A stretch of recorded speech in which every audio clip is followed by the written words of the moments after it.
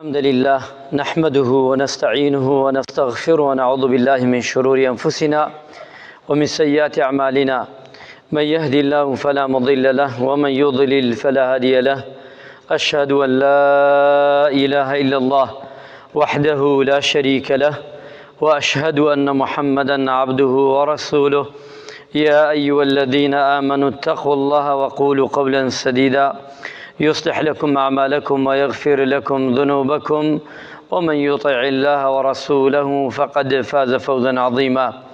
أما بعد فإن أصدق الكلام كتاب الله وخير الهدي هدي محمد صلى الله عليه وسلم وشر الأمور محدثاتها وكل محدثة بدعة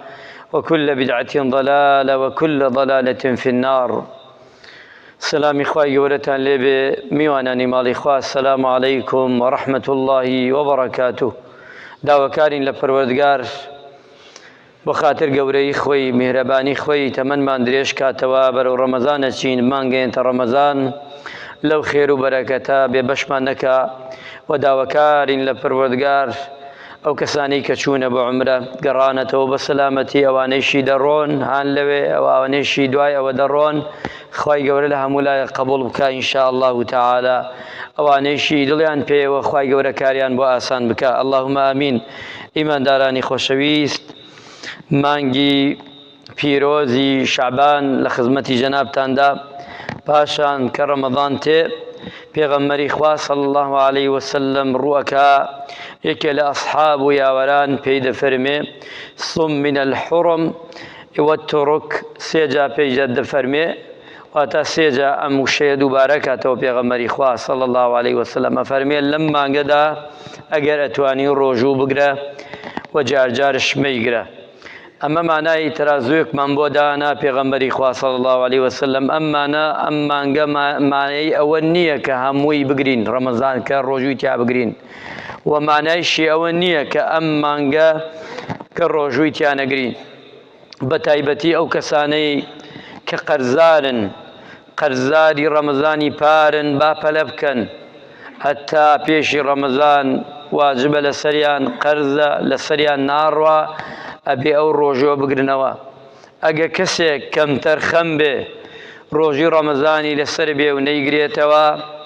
پاشی رمضان بیت سریدا ابي دوای رمضان بگریتوا و ابي فدیه کش بدا عقوبة لأويك صالكا كمتر خميتيا كردو. بلان پیشی رمضان بگریتوا او فدیه کی نادا بس روجو که دگریتوا. اما بو کسی بتوانی اگه کسی نخوش به نتوانه ام کسا راست و خوشیه که فدیه کی ادا. بلان بمرجه ابي دکتوری چی لخواتر سپی بله ناتوانی روجو بگری ضرر بود نخوشی چی کشنده یا نخوشی اکتی درش خاینا باو مرجه نک خوی فتوا بدا بو خوی و خوی رگا بدا بو خوی ری خوشکا امنا الا بوی که دکتوری کی چاک لروانگی شرعوا بخواتوا. ویان دوشەمان و پێنجشەمانی ئینسانی مرۆڤ دەیگرێتەوە. هەموو دووشەمە و پێنجشەمە ئەم ساڵە دێو دەڕوا ڕۆژوو دەگرێت ئەتوانێت لە دوای 15 بیگرێتەوە. یان ئەیام البیض کە ڕۆژە سبێکانە کە دەیگرن لە مانگانی ترا لەم مانگە شایگرێتەوە ئاساییە. بەڵام هەروە بە خۆڕایی ڕۆژوو بگری ئەمانەی تیا دەربکە و لە خۆڕایی ڕۆژوو بگری کراهەتیە لە دوای 15 شعبانەوە کە ڕۆژوو بگری بۆ استعدادت بێ بۆ ڕەمەزان و خۆ ئامادە بکەی. ئەمجا پێغەمبەری خوا صلی الله علیه وسلم پێمانە فەرمێ لەم مانگەدا کار و کرداری بەشەر مرۆڤ ئینسان بەرزە بێتەوە بۆ لای خوا بەڵام بە سێ ڕێگا بەرزە بێتەوە. يرفع إليه عمل الليل قبل عمل النهار. پیغمبری نازدار فرمی علیه الصلاة والسلام ابي موسى اشعري جرتوا خواي گوره لخواي گوره هاتو حديث كمان قدسيه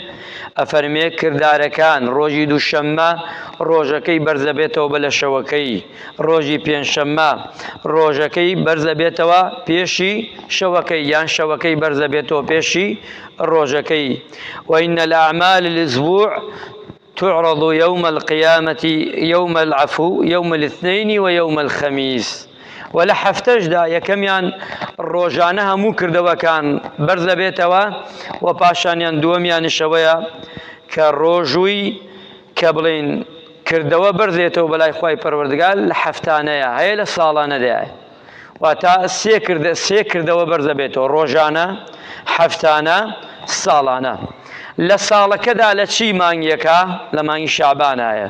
ئەی لە ڕۆژێک لە بڵین لە هەفتەکەدا ڕۆژی کە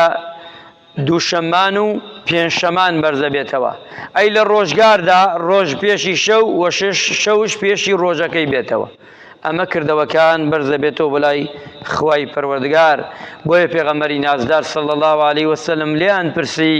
بۆ های بە ڕۆژوتی حەز دەکەم ئەمڕۆ ڕۆژی دووشەممەیە کردەوەکانم بەرزە بێتەوە بەلای خوا حەز دەکەم بە ڕۆژوو بم ئەمە یەکێ لەوانەیە بەڵگەیە پێغەمبەری خوا صلی الله علیه وسلم ئەفەرمێ و دووەمێ سێمیانشەوەیە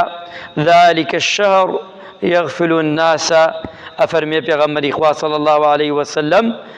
عنه بين الرجب والرمضان مانگێکە خەڵک غافڵە لێی لە بینی ڕەمەزانە و بینی ڕەجەبە کەواتە شەعبانە ئەڵە خەڵکینە زۆرینی غافڵن بۆیە پێغەمبەری خوا صلی الله عليه وسلم فەرمی ئەو ڕۆژە ئەو شارە ئەو شەهرە بێژین مانگا کەچی بەرزە بێتەوە کار و کردداری بەشەر بەرزە بێتەوە پانزەی شەعبان کە ئەم شەو بوو ڕۆیشت یان لەوەی شەوێکی بێتەوە بە تاریخێکی تر شەوێکی تر دەکا ئەم شەو کە بێتەوە إن الله ليطلع في ليل النصف من شعبان فيغفر لجميع الخلائق خوای پەروەردگار لەو شەوەدا پانزەی شەعبان خوای متعال جل جلاله لە بەندەکانی هەمووی خۆش دەبێ ئیلا دوو تاقم نەبێ گوێنتان شلکەن ئەم دوو تاقمە خەتەرە یعنی عەفو عام نایگرێتەوە ساڵانە عەفو عامێکی خوا هەیە لە پانزەی شەعبان ئەم دوو بەشە ئەم دوو تاقمە ئەم دوو مرۆڤە هەر ناوێکێنەی نایگرێتەوە یەکەمیان ئەوەی ئیلا المشریک ئەو شەریک بخوا قەرارەدا نایگرێتەوە عەفو عامی خوای متعال جل جلاله دووەمیان